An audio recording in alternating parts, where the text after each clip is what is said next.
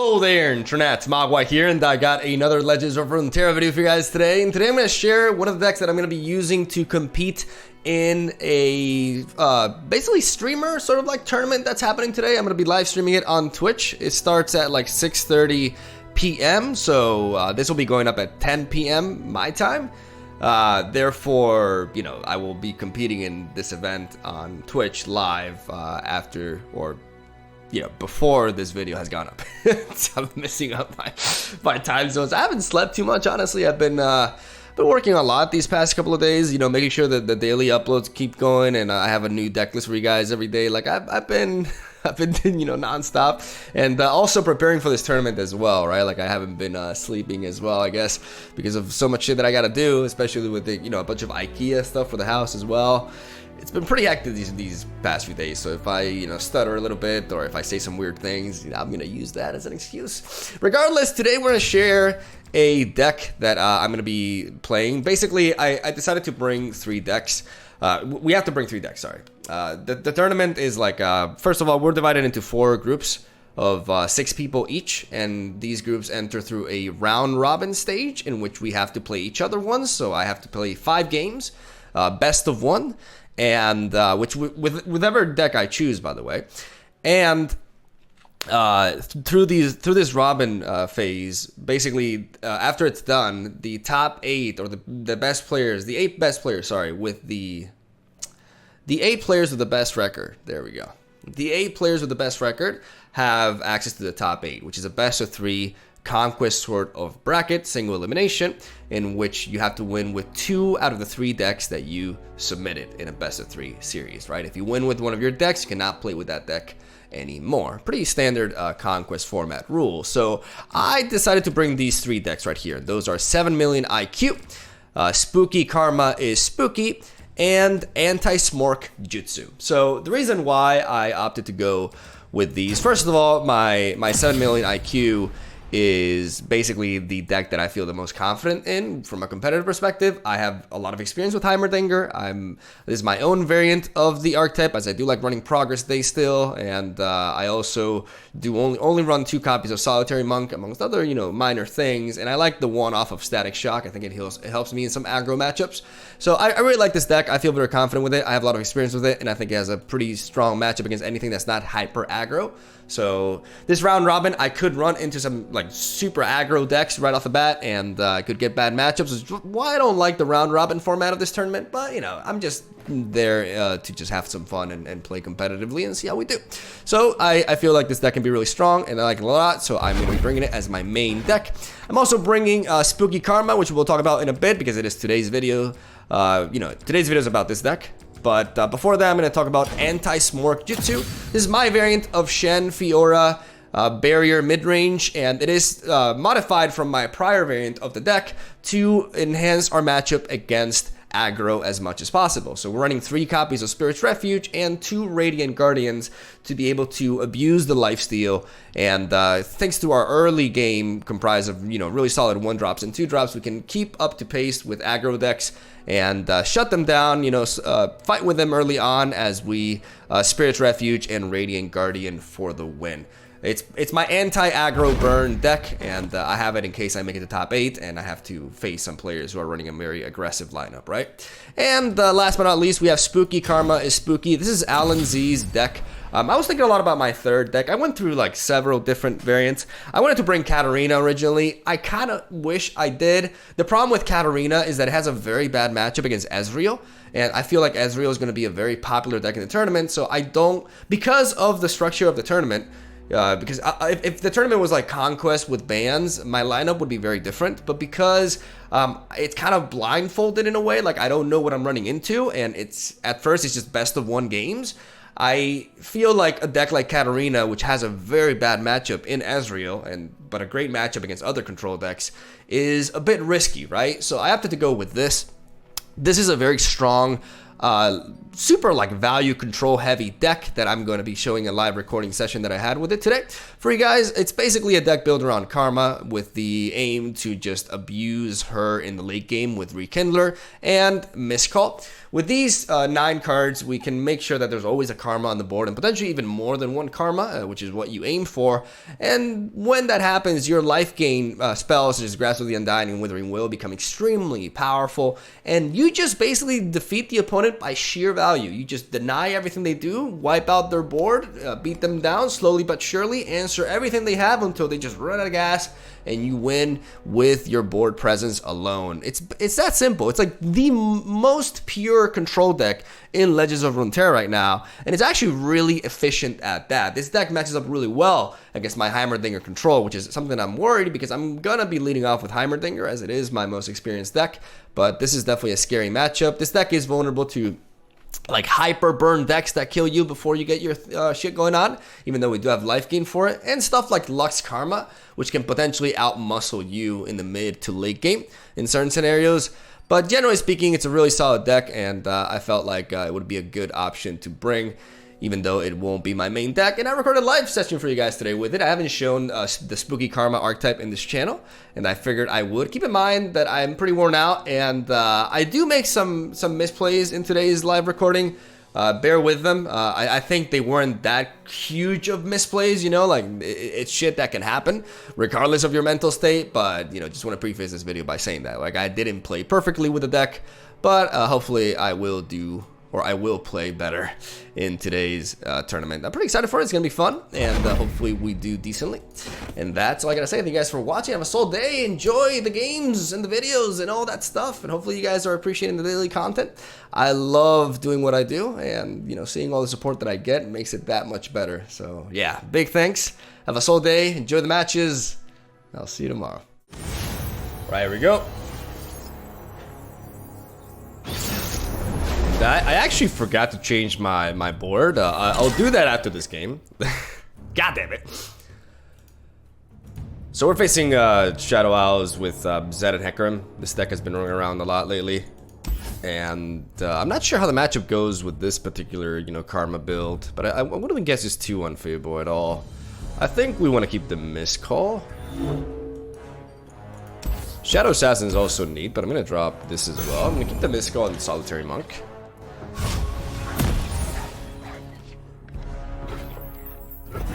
Generally, this deck doesn't really have any early plays, barring like a Vile Feast.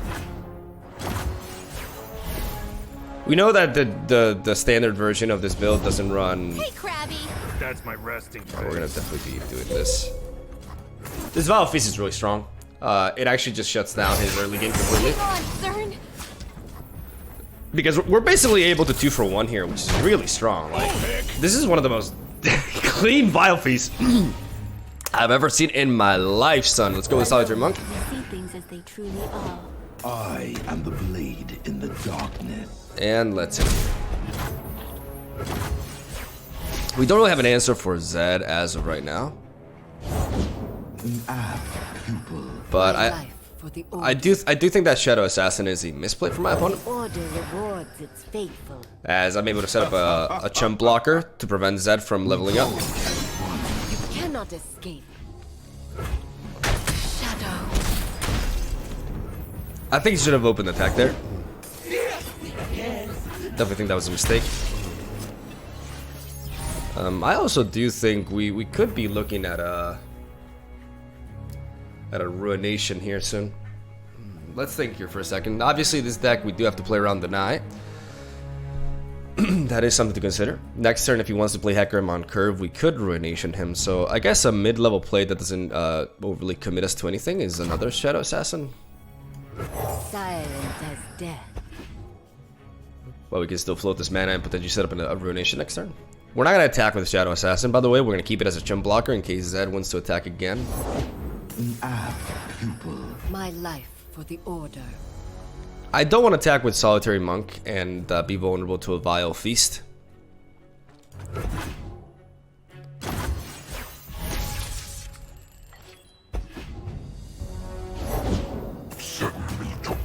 He just played into this.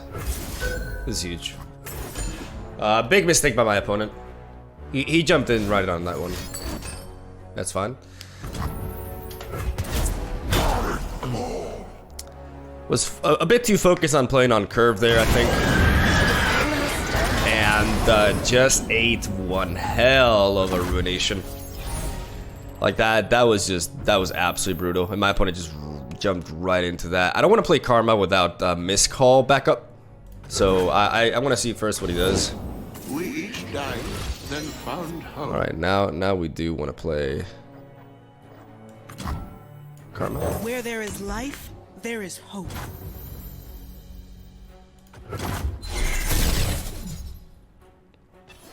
We gotta make sure that we stay alive until then.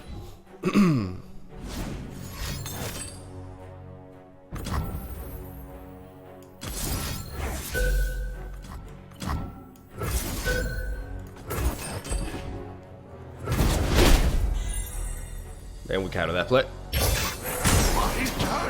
That was super greedy on my opponent's part. Without a sound.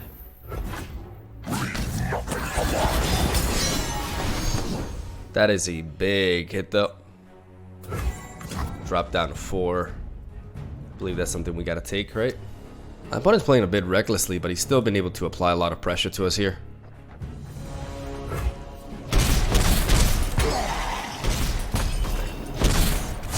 Only the worthy survive.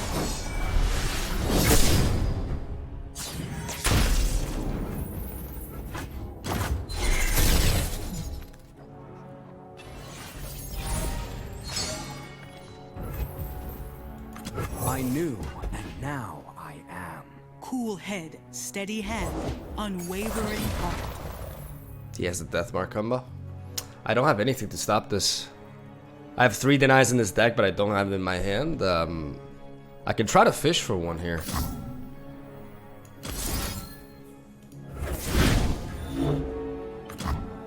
Actually, what I should have done is... no, I made a mistake.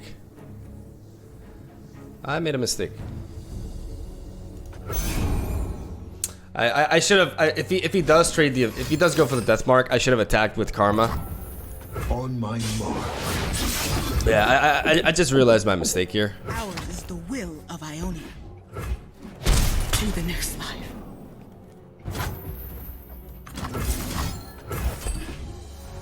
Yeah. That was a misplay on my end.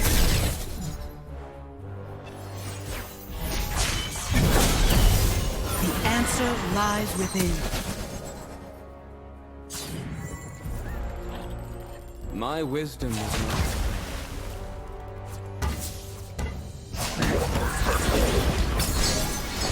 I will learn from you.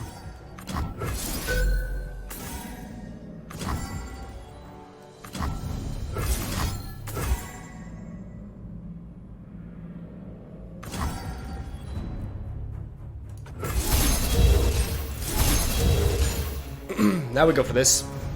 We're gonna go for a quadruple Withering Whale here.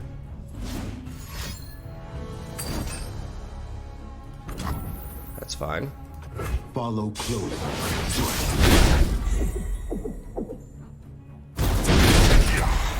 Oh, look at that though. Holy shit.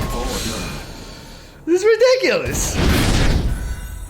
This is insane though. Even with that misplay, by the way, which I should not have gone for that Key Guardian, but even with that, that's nutty. That's nutty. We complete that is crazy. We just shut him down. And now we got the Rekindler as well. We got Ghost, so we can just hit him up. Ooh. Ooh, that is tempting. That is seriously tempting. I mean, going for a ruination here, I don't think makes much sense at this point. Like I'm in such control. I think I can just I think I'm just gonna Rekindler here. Return to us. I have miscall anyways. I can't really stop that.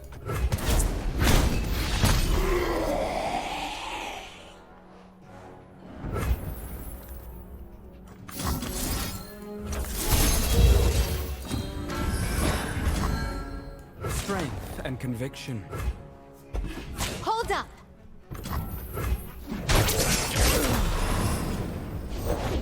We burn, then kindle anew. Alright, that's to be expected. For 5 mana, what could he have that could... He could have a Mark of the Owls plus another Death Mark. He's played how many Death Marks at this point? 1 and 2, right? So that's 2 very specific cards that he must have in his hand. I want to make sure I have Karma alive, though.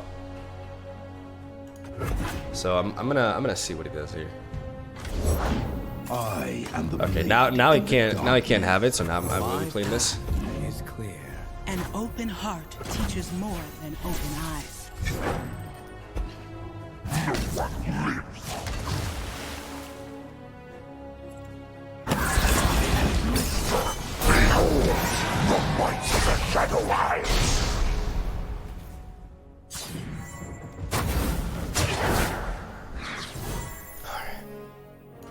Find enlightenment.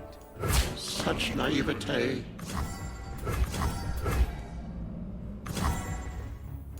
By force of will,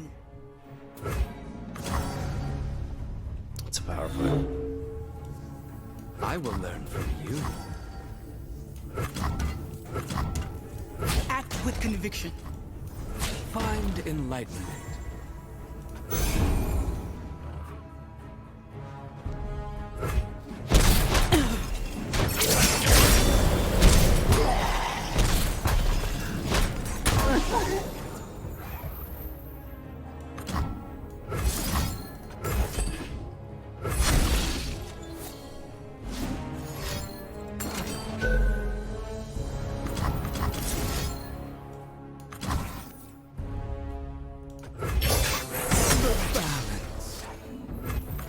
The Order rewards its faithful. Many past lives in a single soul. We still don't have a deny, which is a bit of an issue here. And these cards that we pull aren't really the best.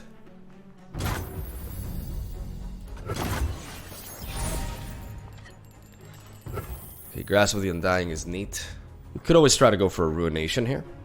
If we do that though, we don't have a miscall anymore, which is a bit of an issue, so I think we just gotta go with this. We each died, then found home. I will play my part. I could play the Haunted Relic. If I play the Haunted Relic, I could also Shadow Shift my own Rekindler as well. There's a lot of options here, so I think I want to if I Haunted Relic and Black Spear, I could just kill off the Hecarim.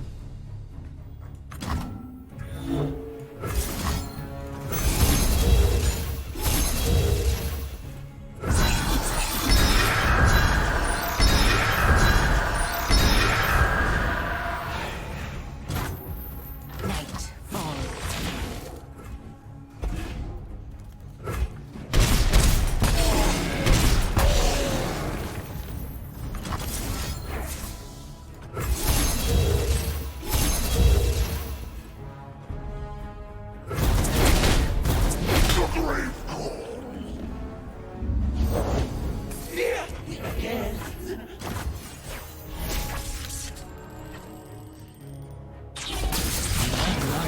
Flickers. Come from the dark. Join the conflagration. Such naivete. By force of will, It's too late for you.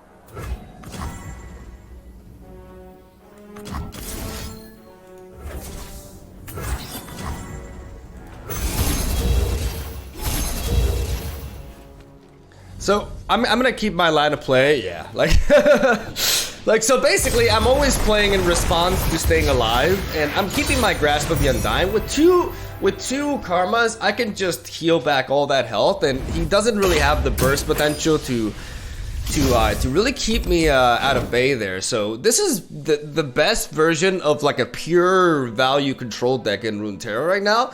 That doesn't win the game, you know. It just kind of like outvalues the opponent and wears them down until they have no resources whatsoever. And the fact that we managed to do that even to a deck like Zed Hecarim, which, you know, has the Rekindler and just so much recursive value, is pretty insane. I'm pretty sure there are certain decisions that I made that could have been better, but ultimately we just shut that deck down, despite the fact that they were able to apply a lot of insane pressure early on. But as long as we keep 1 health, this deck really does have the potential to just completely shut down the opponent. And the key misplay that I made that game was going for the Key Guardian play on my lifesteal Emerald guy, because what I should have done is I should have attacked with the Ephemeral Karma and gone for the miscall, and I would have had 3 more mana to drop the Emerald and have a better, you know, defense for the incoming attack later down the line, right? But yeah, very impressed, as I don't have as much experience with this sort of archetype, but definitely very, very powerful. And I forgot to change the, god damn, I forgot to change the board again. I keep forgetting to change the board, dude. Alright, let's see if I will remember to do it this time. I don't want the Noxian board with this deck, it makes no sense. Okay, so we're facing what seems to be a pretty aggressive deck. We're obviously going to be keeping the Vile Feast and the Frenzy Skitter, also the Grasp of the Undying. I'm going to replace the Shadow Assassin, as defensively speaking, it's not really, well, it is also good against Teemo, but we do have a Vile Feast for Teemo. So I'd rather search for other stuff like Withering Whale or the likes. Let's see if we do see Teemo early on. Great outdoors. We do have the answer for Teemo. I cry every time though. I don't like killing Teemo, but it is what it is. First big mission. Too cute to go. Just gonna. I'm gonna use this spider to block actually, because this will weaken the rookie to 3, which means my Frenzy Skitter can now completely block into it. I can also kill it with the Grasp of the Undying, amongst other things. So I do want to play the Skitter here, just because of the stat line. Round we go. And that Phantom Prankster is definitely something that I do want to be killing here. Won't find better this side of the sun. Alright, so what we're gonna do is we're gonna knock you out. Just wanted to play. Because that way we prevent a lot of damage from that Phantom Prankster. No refunds. That's a bit problematic. We're taking a big hit here.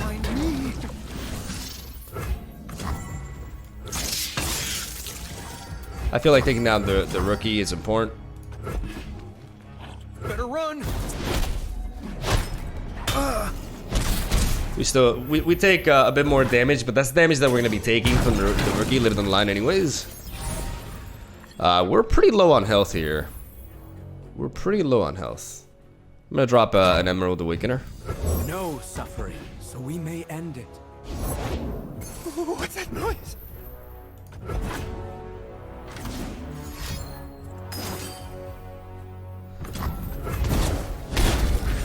Alright, so he goes for a Glimpse Beyond, refuels a little bit. We can't, I want to preserve this as a blocker.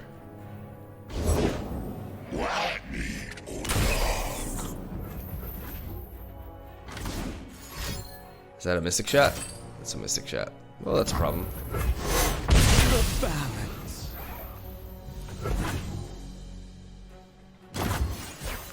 Let's see if we can find more Grasp of the Undyings amongst other things.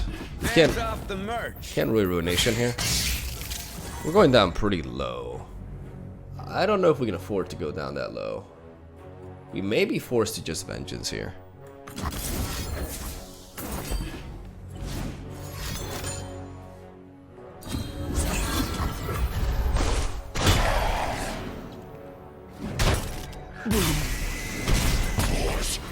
Alright, we're down to 4. I'm on the verge of something. We're down to 4. And that's no good. I would have loved to be able to deny this, honestly.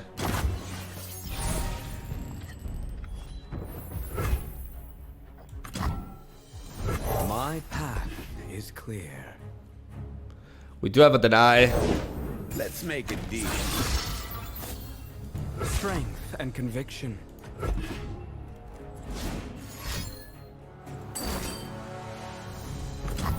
So if I go for a Mark of the Owls, I'm gonna go up to 5, up to 9, then down to 7. I need to develop a blocker afterwards. Well, still not in great numbers, but it's still better than going for that, yeah. I need to keep as healthy as possible, and this definitely helps. I know what lurks in the shadow. No refund. I've work to do. It's too late for you. An open attack is not really what we want to see here. Won't find better this side of the sun. And that's game. That's game.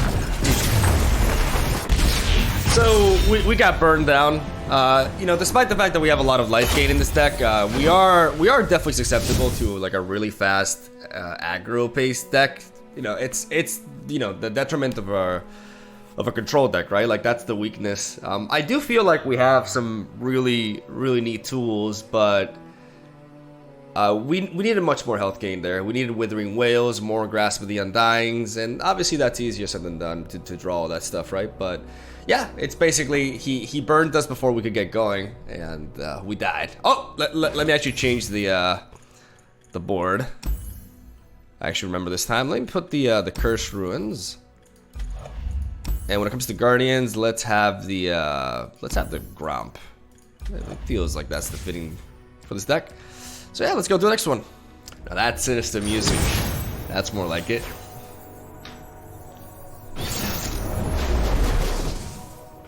Alright, so we're facing easy peasy. Let's drop the Withering Wail, even though Withering Wail can be really useful against all the archers and the likes. I'm gonna keep Miscall. Let's drop you and you. I'm gonna keep the Miscall.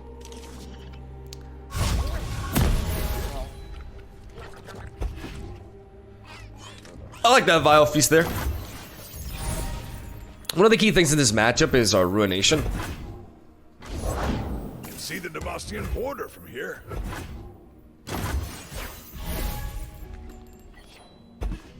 In Avarosa's name. We just Vile Feast. We prevent damage. We prevent as much damage. We also don't give him that many targets to level up his Ezreal. We play with this in mind. Hear that? And why not Vile Feast this too?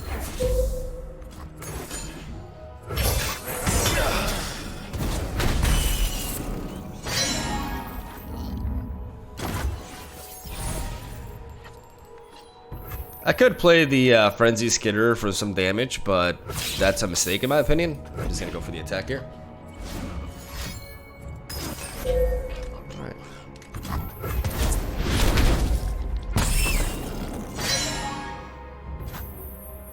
I don't actually feel the need to play the Skitter.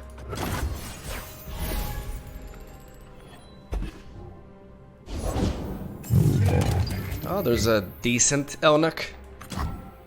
Ionia speaks. We're gonna play Karma here. Trade into you. With conviction. Ionia. Prevent a little bit of damage. Go for the Miscall and bring her back.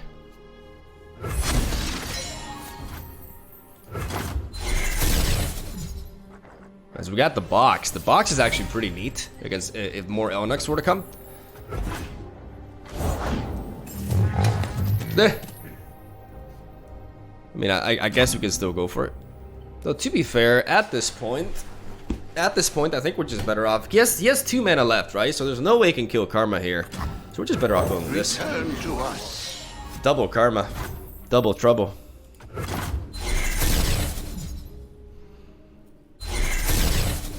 Get all these free spells. I don't know about you, but I do like my free spells. Keep the Miscall open. Join the conflagration.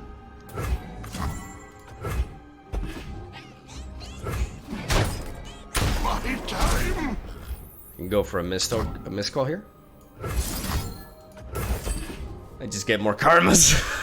Just go to generate on this man. Yeah, it's pretty insane.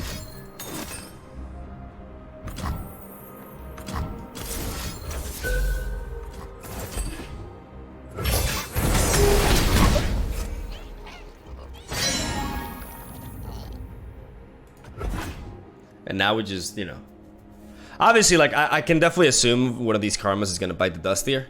It is what it is.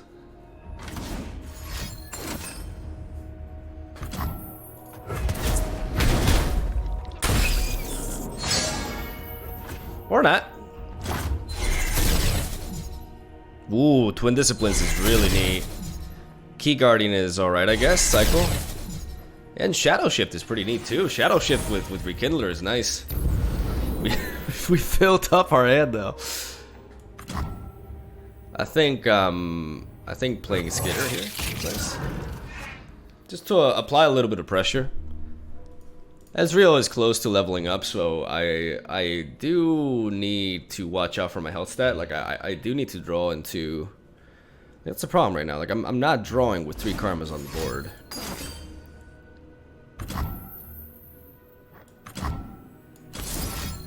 I think I can do this. I think I can actually just do this.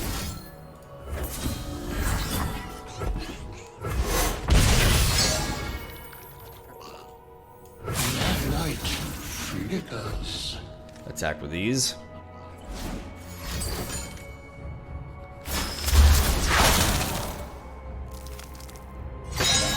Need to watch out for Ezreal just killing us here. The problem is right now is that I need some health gain.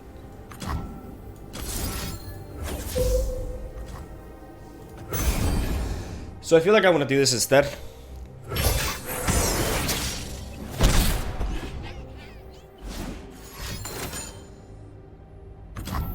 One, 2, 3, 4, 5, 6, 7.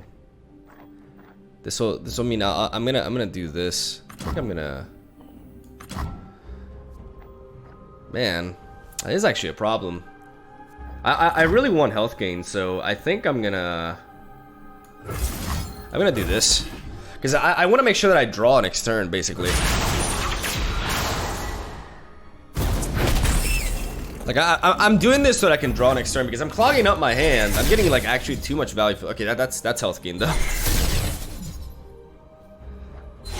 Because this karma, even though she's gonna die, okay, that's health gain too. Nice. Nice. See, I wanted to draw. Like I have a lot of health gain in my deck, right? So I wanted to draw that. Okay, that's good. Nothing to worry about, folks.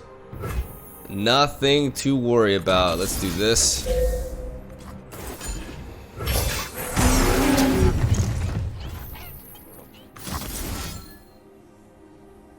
Rest. Collect your thoughts. Since I'm already at 20, I don't need to like okay.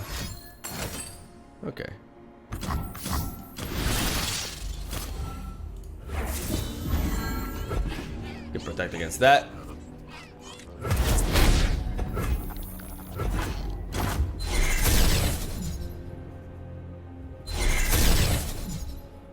Look at all these runations. The answer Lies within. And now we go in. We must make our own path. 10, 14. Like right now we're representing lethal, which means we force him to have like frostbites, harsh winds. Like we force plays out of him already with our open attack.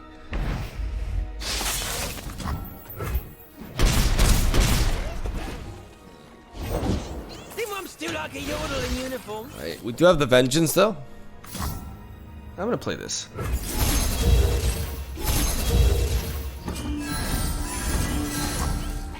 May as well get a nice beefy unit there, but we're not gonna like we're just doing this so that we can actually draw into cards, right? Because now we have a total of 9 cards in hand. So now like we're playing around like the hand limit, so we draw cards from our deck because that means more health gain.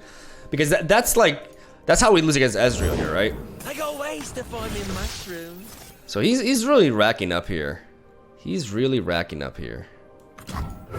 Order rewards its faithful. Mark of the Isles, alright. Pay dead. Oh, he's just going for the mushroom plays. Alright, wasn't expecting that.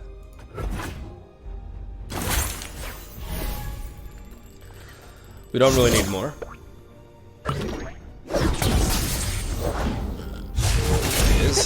Check me out. The world's a big place. Let's see all of it. How about you see nothing? Well, let's wait though.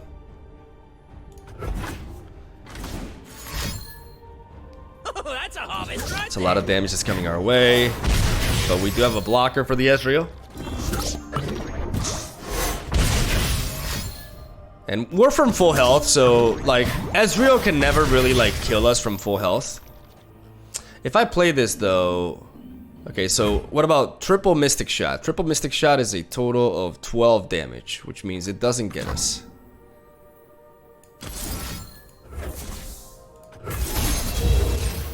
Let's go for this.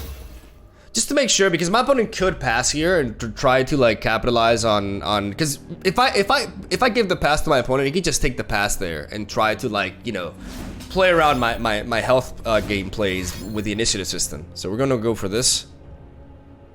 Like, he cannot kill me from this position.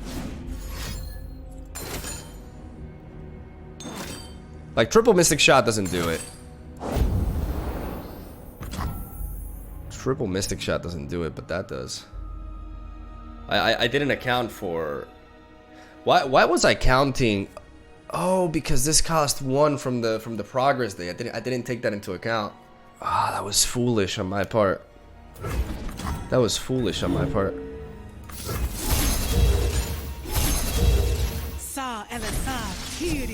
Oh my god, oh my god, oh my god. Oh my god, I totally don't deserve that. Yeah, I misplayed. I misplayed there, and I got saved by the RNG. By the way, I should have gone for the Mark of the Isles first too. Oh my lord. Yeah, I left myself wide open there for a sec. I honestly I didn't take progress into account. I did not take progress into account. I didn't, because I thought, you know, the maximum amount output of damage is triple Mystic Shot, but no, I forgot he went for a progress day earlier, so he could have a cheaper Mystic Shot. And that was like literally the worst case scenario there, right then and there. And From the dark. It's too late for you. I could just let that die, honestly. It's fine. Is it? Yeah.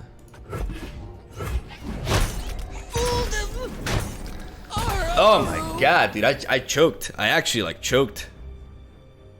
But to be fair, it was like a very specific scenario there. 1, 2, 3, 4, 5, 10, 10. Am I happy not drawing any more cards? I don't think so.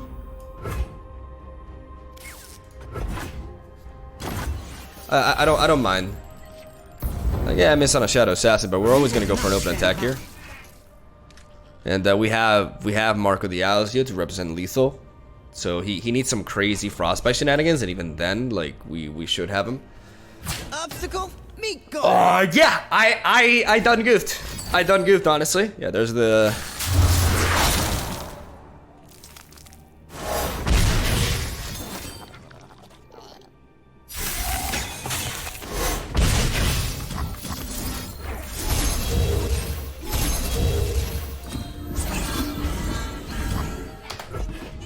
GG. So definitely, it was a slight, like, it was a slight miscalculation that actually the worst ended up happening, right? Like him having exactly, not only did he have exactly get excited though Mystic Shot, he had a Mystic Shot that was reduced by the progress day. So yeah, keep that in mind when you make, like, me opening myself up. The reason why I went for the heal play there is because if I pass and I give my opponent initiative, he just passes, right? And then he, all of a sudden, you know, it's my turn, right? But every time I go for the heal play first, is if it's not burst speed, he can react to it. So there could be some heavy mind games right there in which he tries to wither me down with just burst spells. as I'm waiting for the opening to go for my healing. And because my healing is slow based, it could put me in a very precarious position. So I felt like, and the same goes for like a vengeance, by the way. If I tried to vengeance that, the same would have happened. So I was trying to make use of that slow healing, which was very vulnerable. Like, but what I mean by vulnerable is that it's very interactable for him, right? He can respond to that and go for the kill. So I was going for that when I thought he did not have enough mana to kill me. But like I said, I forgot about Progress Day, and that minor thing almost cost me. And like I said, I also made a misplay by not going for the Mark of the Isles before I went for the Insight of the Ages, because I basically needed to empty my hand as much as possible so I could draw into a source of healing, because I needed a healing potion, right? And I got saved. I got saved by the Insight, but honestly, I learned from that game. I think I played well for the most part. But it just goes to show, man, like sometimes you think you have everything thought out and then you get surprised. So yeah, that was a pretty long session. We only got 3 games though, but that's kind of like the games, how the matches with this deck goes. As you guys see, this is the pure, this is like absolute pure control. I am a control player at heart, but believe it or not, I like playing all sorts of archetypes, and I love mid-range as well, but I'm a big control fan. I love Heimerdinger control specifically. I do prefer Heimerdinger control much more over something like this, but I gotta admit that this deck is definitely really strong, and I'm happy I opted to go for it for the tournament later today. I think this deck can definitely put in a lot of work. It felt really solid, and only against like hyper aggro burn, in which they kill me before I can get my shit going, is this like really vulnerable, right? Also, Lux Karma is a bad matchup, but generally speaking, this is a very, very powerful list. So shoutouts to Alan Z. It's kind of degenerate as well, and it is. I think this is, if you can count War Mother control into the mix, but I think this is like, this goes deeper when it comes to pure value. It's not a fast finisher, but it doesn't really need to be, as it just kind of like shuts down everything the opponent does, and it's super efficient at that. Like the triple ruination seems excessive at first, but considering how it's a really great answer to Elnox against Ezreal, amongst other things, it makes quite a bit of sense. So, some misplays today.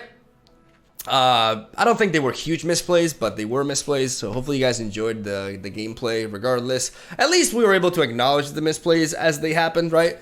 Which, as long as you're able to do that, you should be happy about it. And yeah, hopefully you guys enjoyed some, spooky karma degenerate control. Let me know what you think about this deck. If you hate it, you despise it, you love it, let me know in the comments. And yeah, that's all I gotta say. My soul day. Thank you for watching. I'll see you tomorrow.